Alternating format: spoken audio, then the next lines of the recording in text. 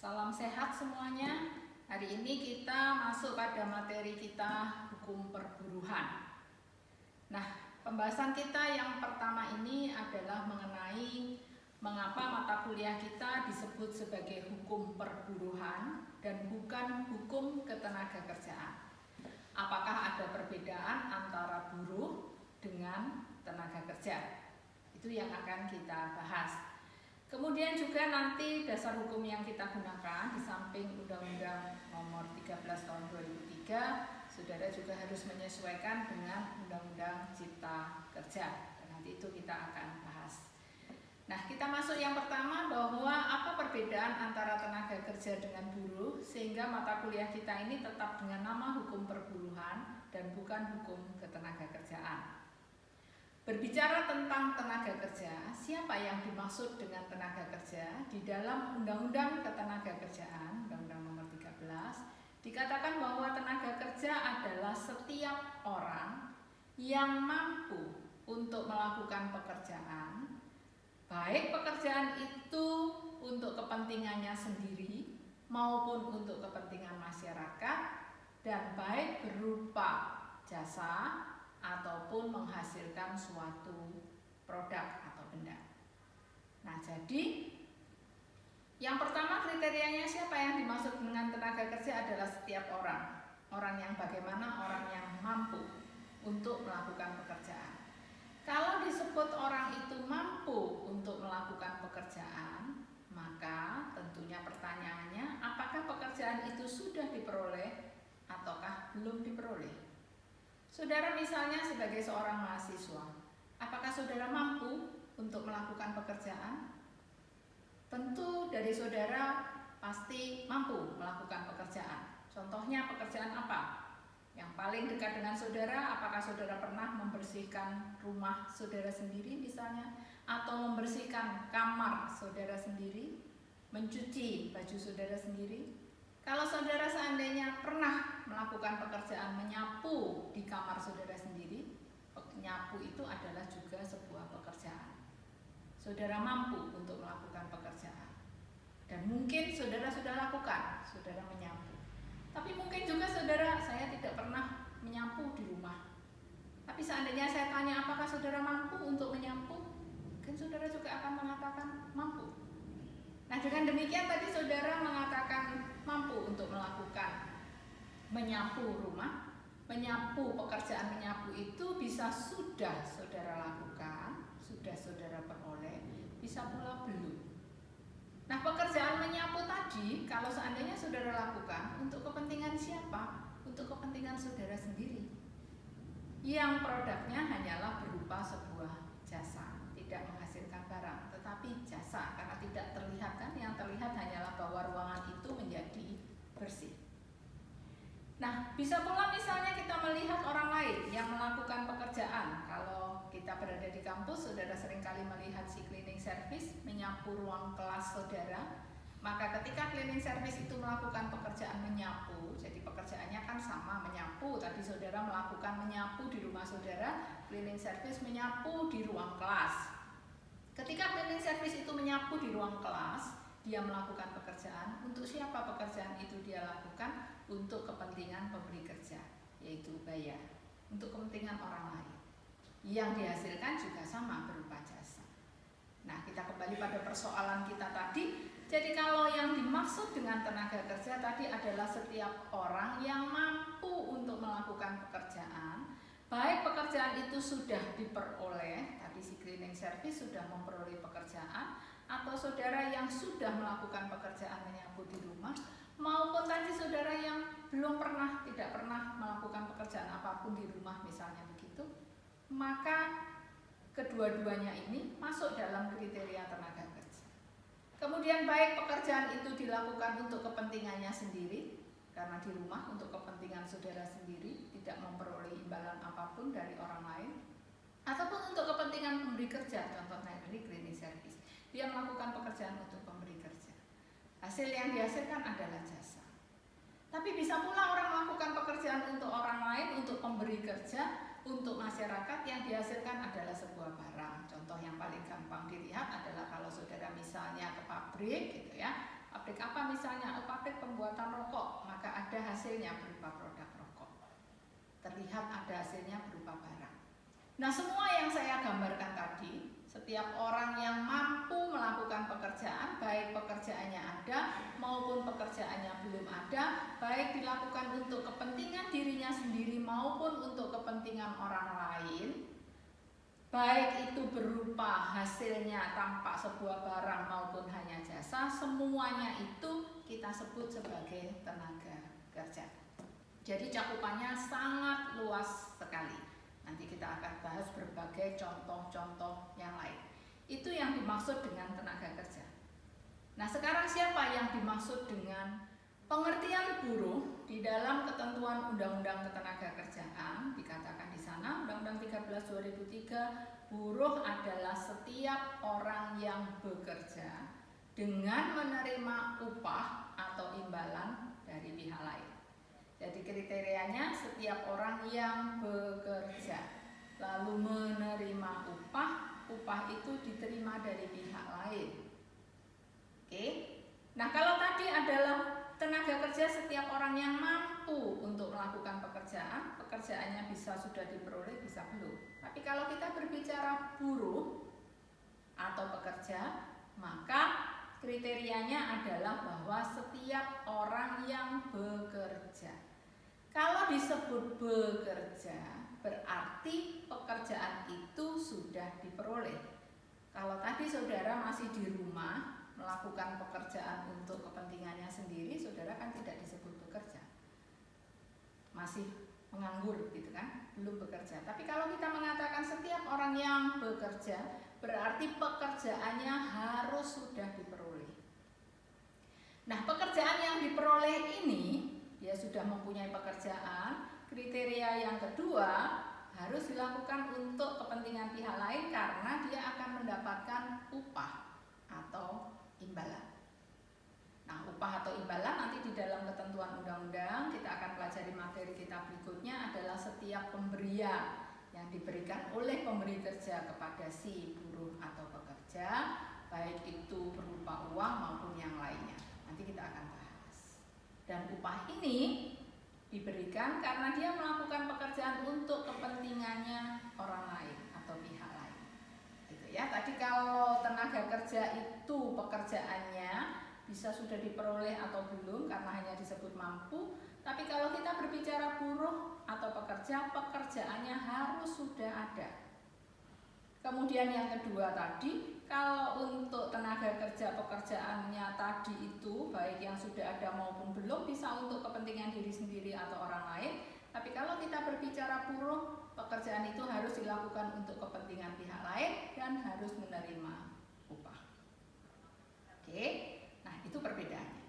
Lebih lanjut kita akan lihat terlebih dahulu, apakah setiap orang yang menerima pekerjaan atau melakukan pekerjaan untuk orang lain dan mendapatkan upah, apakah bisa kita sebut sebagai buruh atau pekerja? Nah, sebelum kita menginjak pada persoalan apakah dia buruh atau pekerja, ada satu hal ini yang perlu kita luruskan terlebih dahulu. Tadi saya mengatakan buruh atau pekerja. Kenapa? Karena di dalam Undang-Undang Ketenagakerjaan kita disebutnya buruh garis miring pekerja. Berarti buruh dan pekerja ini sama. Meskipun secara psikologis tentu orang lebih nyaman disebut pekerja daripada disebut buruh. Kenapa demikian? Karena ini tidak terlepas secara teoritis kita pernah mengenal ajaran Marxisme. Di dalam ajaran Marxisme selalu mempertentangkan antara buruh dengan majikan. Kalau disebut buruh, konotasinya adalah mereka yang melakukan pekerjaan tetapi tidak mempunyai keahlian atau tidak punya pendidikan atau tidak menggunakan otak, hanya berbekal tenaga. Itu yang disebut dengan buruh. Lalu bagaimana sifat buruh menurut ajaran Marxisme? Buruh itu adalah mereka tadi yang tidak berpendidikan, tidak berkeahlian, tetapi selalu menuntut upah tinggi meskipun pekerjaannya tidak maksimal. Sementara majikan menurut ajaran Marxisme adalah orang yang selalu ingin mempekerjakan orang lain, menekan buruh, tetapi membayar upah sangat sedikit. Selalu ada pertentangan kepentingan. Oleh karena itu lalu kemudian pemerintah menghendaki antara buruh dan majikan, antara pekerja dan pengusaha atau pemberi kerja ini supaya tidak lagi terjadi pertentangan kepentingan yang sangat kontradiksi. Diintrodusirlah istilahnya bukan buruh dan majikan tapi pekerja dan pengusaha.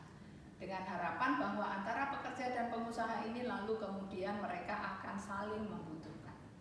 Itu nanti saudara baca kembali di dalam beberapa literatur, misalnya di dalam bukunya Imam Supomo dan seterusnya.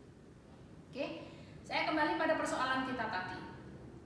Yang dimaksud dengan buruh adalah setiap orang yang bekerja, artinya melakukan pekerjaan untuk pihak lain dan mendapatkan upah.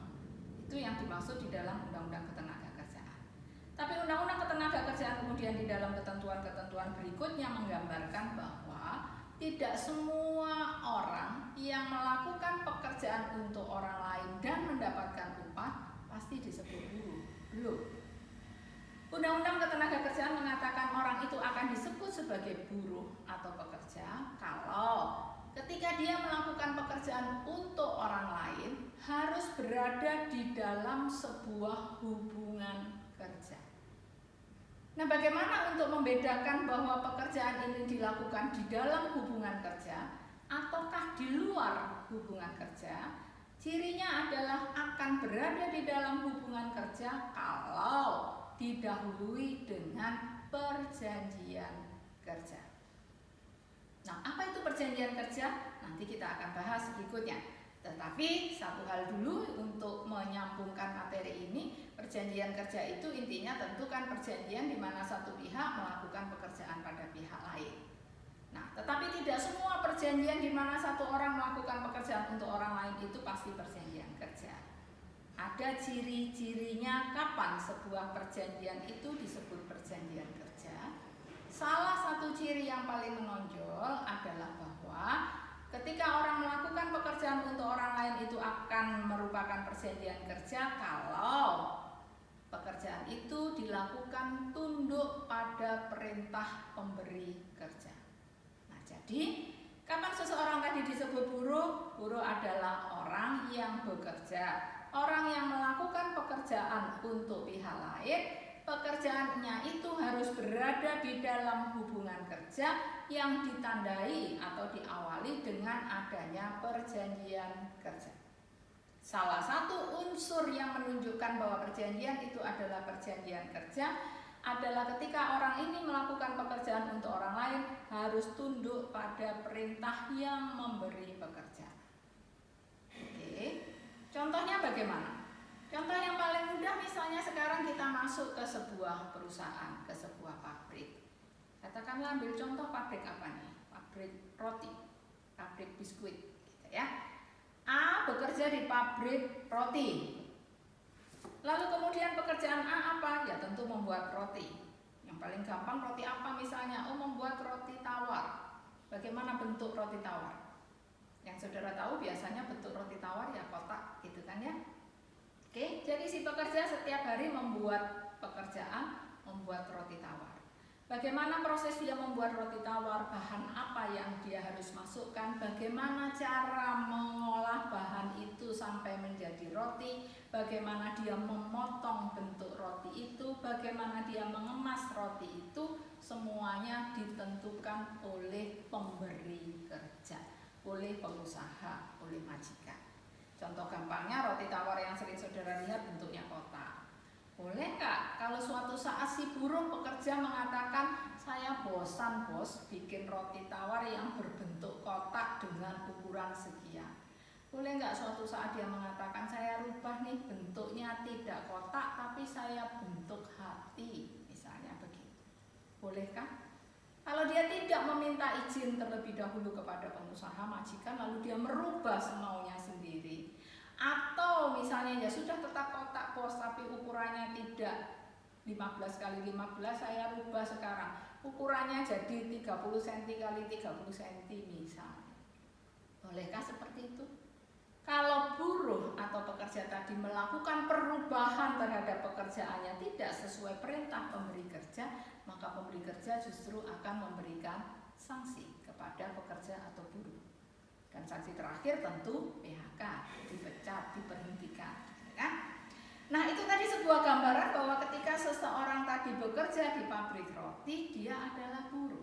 Kenapa? Karena tadi orang itu bekerja, melakukan pekerjaan untuk si pemilik pabrik, dia akan mendapatkan upah. Ketika dia melakukan pekerjaan itu, dia tunduk pada perintah pengusaha, pemberi kerja, majikan yang mempekerjakannya, mulai dari bagaimana dia bekerja, kapan dia harus mengerjakan itu, apa yang harus dia lakukan, dan seterusnya, semuanya tunduk pada perintah yang memberi pekerjaan. Dia tidak boleh mengkreasi sendiri tanpa persetujuan, meskipun mungkin dia punya keahlian itu. Itu yang kita sebut sebagai buruh. Gambaran yang lain banyak. Misalnya saudara tentu semua di sini pernah masuk ke toko atau supermarket. Di sebuah supermarket misalnya ketika saudara membeli barang harus membayar di kasir, gitu kan ya. Misalnya katakanlah mau membeli setangkai bunga ini misalnya. Tentu kan bunga ini harus saudara bawa ke kasir, lalu kasir kemudian akan melakukan scan barcode yang ada di bunga, lalu keluar di layar komputernya si kasir, begitu kan? Bunga ini misalnya katakanlah bunga apa ini? Misalnya bunga sakura berwarna peach. Harganya berapa? Oh, harganya 100.000 per tangkai. Maka kemudian ketika saudara membayar dengan uang 100.000, dia ketik 100.000, lalu di layar akan keluar seterusnya bahwa harganya 100.000, dibayar 100.000, tidak ada kembalian, diberikan kepada saudara, dibungkus dan baru saudara keluar. Itu kan perlu proses. Nah, tentu tidak boleh suatu saat saudara membeli di supermarket, mau beli bunga ini, karena saudara kenal dengan si kasir, lalu saudara mengatakan, Pak, bunganya satu ya, ini uangnya, lalu saudara pergi. Meskipun saudara kenal, meskipun itu saudara-saudara atau apapun itu, si kasir tidak boleh melakukan hal seperti itu. Meskipun mungkin lebih cepat, meskipun dia tidak bermaksud untuk mengambil uang dari harga ini. Tapi kasir tidak boleh melakukan pekerjaan seperti itu. Dia tetap harus tunduk pada proses dan prosedur yang ditentukan oleh pengusaha. Itu sebagai gambaran bahwa si kasir tadi melakukan pekerjaan tunduk pada perintah yang memberi pekerjaan. Meskipun bisa saja kemudian proses itu menjadi lebih lambat, tapi kasir tidak boleh menghilangkan proses, gitu ya. Kan tentu bedanya kalau ini belinya di warung kan tinggal kepada penjualnya warung, Pak beli satu ini sudah nggak sampai semenit selesai. Tapi kalau melewati proses tadi itu tentu akan butuh waktu. Nah, tapi si kasir ini juga adalah pekerja. Kalau tadi saya menggambarkan bahwa buruh atau pekerja adalah orang yang bekerja pada pihak lain, berada di dalam sebuah hubungan kerja diawali dengan perjanjian kerja yang salah satu unsurnya harus tunduk pada perintah pemberi kerja yang kemudian tadi saya gambarkan di pabrik, di supermarket, dan di tempat-tempat lain, di hotel. Gambarannya seperti itu. Tentu sekarang muncul pertanyaan, loh apakah ada orang melakukan pekerjaan untuk pihak lain, nanti dia juga akan dibayar, mendapatkan upah, tetapi tidak tunduk pada yang memberi pekerjaan. Kalau tadi kan gambarannya kasir tunduk pada pengusaha. Kemudian tadi misalnya kita di pabrik, si buruh juga tunduk pada pengusaha. Loh apa ada? Orang bekerja pada pihak lain, nanti dibayar mendapat upah, ya. Tetapi si penerima pekerjaan tidak tunduk pada si pemberi pekerjaan, tidak tunduk pada perintah pemberi pekerjaan. Kalau perlu memerintahkan si pemberi pekerjaan, apakah ada yang seperti itu? Sehingga kemudian tadi kita perlu panjang lebar untuk membahas yang ini buruh, karena ada unsur tunduk pada perintah. Nah, apakah ada? Gitu ya. Coba kita pikirkan bersama. Apakah ada orang yang melakukan pekerjaan untuk orang lain tidak tunduk pada yang bayar? Apakah ada? Nah, contoh yang paling mudah dan pastilah saudara semua tahu, dokter.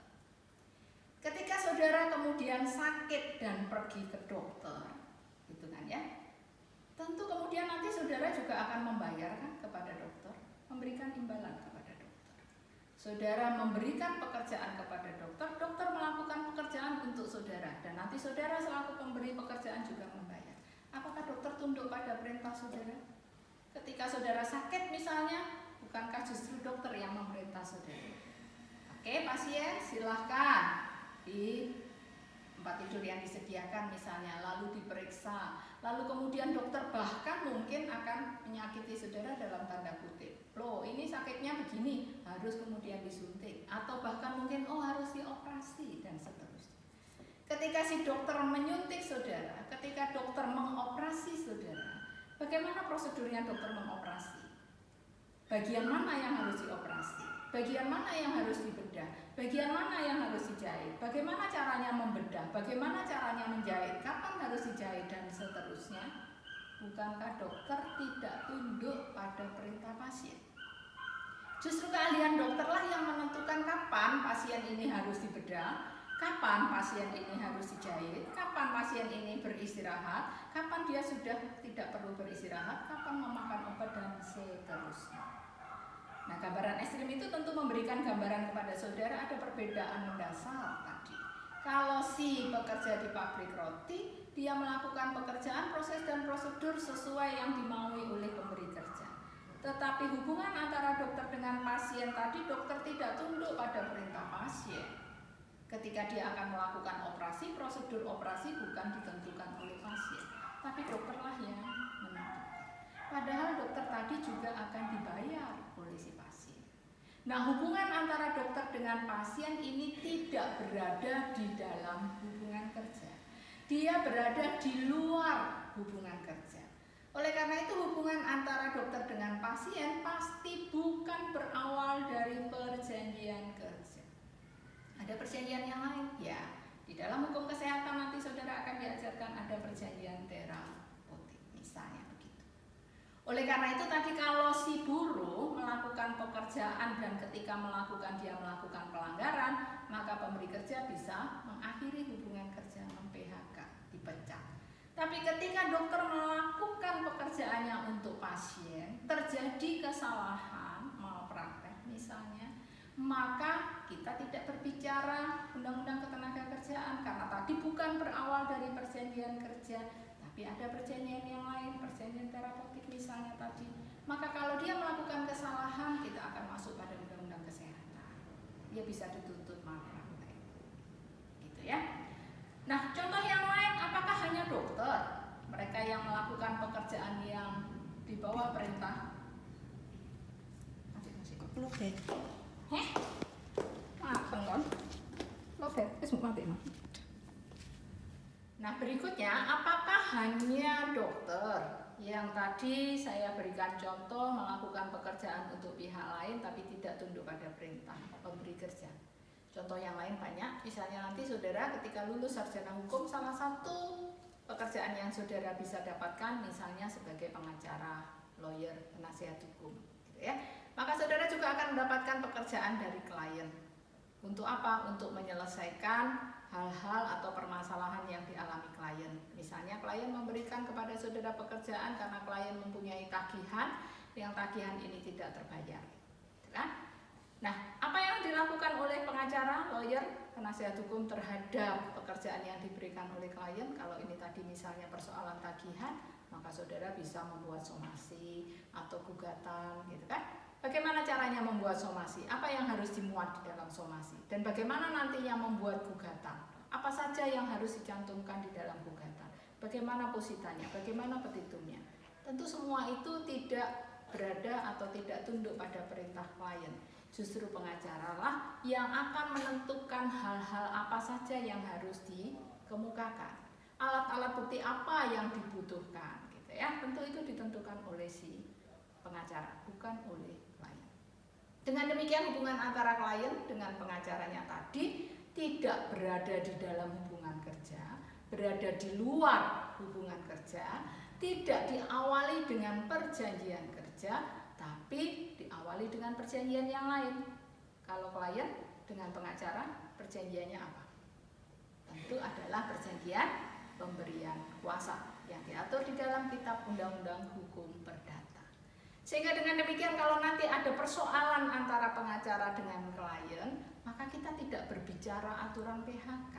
Tetapi kita kembali kepada Kitab Undang-Undang Hukum Perdata, kalau perjanjian pemberian kuasa dan penerima kuasa tidak melakukan pekerjaannya sesuai yang diamanatkan oleh pemberi kuasa, maka Kitab Undang-Undang Hukum Perdata akan mengatur bagaimana caranya untuk memutuskan hubungan ini. Apa yang harus dilakukan? Salah satunya adalah saudara bisa melakukan atau klien bisa melakukan pencabutan kuasa. Begitu ya. Nah, jadi bagaimana hak dan kewajibannya? Tunduk pada kitab Undang-Undang Hukum Perdata, bukan pada Undang-Undang Ketenagakerjaan. Jenis-jenis pekerjaan yang seperti ini banyak. Artinya orang melakukan pekerjaan untuk pihak lain, menerima upah, menerima imbalan, menerima honorarium, tetapi tidak tunduk pada perintah yang memberi pekerjaan. Tadi ada dokter, ada pengacara. Di dalam KUHD mungkin saudara akan mengenal ada namanya maklar, komisioner, dan lain-lainnya. Mereka tidak tunduk pada Undang-Undang Ketenagakerjaan karena mereka bukan buruh, mereka bukan pekerja. Mereka tidak berada pada perjanjian kerja. Mereka berawal dari perjanjian-perjanjian yang lain. Tadi ada perjanjian pemberian kuasa, perjanjian keagenan, perjanjian terapeutik, dan seterusnya. Nah, sehingga dengan demikian mereka-mereka ini bukanlah buruh. Lalu apakah masih ada yang lain lagi? Banyak. Misalnya, saudara mungkin juga akan mendapati orang melakukan pekerjaan untuk orang lain, mendapatkan upah. Mungkin ketika saudara cermati, oh iya, tunduk pada perintah. Apakah dia buruh? Ada kemungkinan bukan. Contohnya apa? Pegawai negeri sipil misalnya. Ketika seseorang menjadi pegawai negeri sipil, dia diterima bekerja. Ketika melakukan pekerjaannya, dia akan tunduk pada perintah atasan, kan? Dia tidak boleh melakukan pekerjaan yang lain. Apakah pegawai negeri sipil ini buruh? Ternyata bukan. Kenapa bukan? Meskipun tadi unsurnya terpenuhi, tapi ternyata pegawai negeri sipil itu dikecualikan. Saudara mengenal waktu belajar pengantar ilmu hukum, ada asas hukum namanya asas lex spesialis derogat legi generalis. Kalau ada ketentuan yang mengatur secara khusus, maka dia akan mengesampingkan ketentuan yang secara umum. Di dalam Undang-Undang 13 tadi secara umum dikatakan setiap orang yang melakukan pekerjaan untuk pihak lain yang berada di dalam hubungan kerja, maka dia akan disebut buruh. Karena dia akan berawal dari perjanjian kerja dan tunduk pada perintah. Kalau kita lihat pegawai negeri sipil tadi dia juga tunduk pada perintah, tapi ternyata dia bukan buruh. Kenapa? Karena kepada pegawai negeri sipil diatur ketentuan tersendiri, yaitu di dalam Undang-Undang Kepegawaian. Nah, sehingga baginya berlaku asas lex spesialis. Yang lain lagi apa yang berlaku asas lex spesialis? Misalnya saudara mengenal Undang-Undang Perseroan Terbatas. Di dalam Undang-Undang Perseroan Terbatas, salah satu organ perseroan terbatas adalah direktur. Direktur, dia pekerjaannya adalah salah satunya menjalankan usaha perseroan terbatas. Apakah dia tunduk pada perintah? Ya, tunduk pada perintah organ PT yang lain, yaitu rapat umum pemegang saham. Di sana akan ditentukan apa saja yang harus dia lakukan. Dia tidak boleh keluar dari ketentuan rapat umum pemegang saham. Apakah direktur juga mendapatkan upah? Ya. Tetapi direktur perseroan terbatas juga bukan buruh, bukan pekerja. Kenapa? Karena baginya akan berlaku ketentuan Undang-Undang Perseroan Terbatas. Gitu ya. Nah, bagaimana sekarang dengan misalnya pembantu rumah tangga? Dia juga melakukan pekerjaan untuk majikan. Dia juga tunduk pada perintah. Apakah dia buruh, pekerja? Bukan juga. Kenapa? Karena baginya berlaku ketentuan hukum adat, di mana pembantu rumah tangga itu sejak awal dia bekerja, dari sejarahnya dia adalah berlaku ketentuan hukum adat, di mana dia tinggal bersama, maka kemudian dia dianggap bagian dari keluarga yang memberi pekerjaan.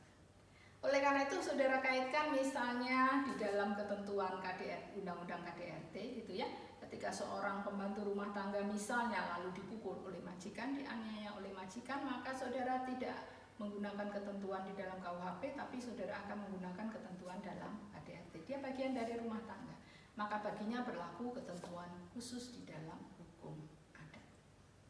Sehingga dengan demikian dia juga bukan buruh, bukan pekerja. Oke.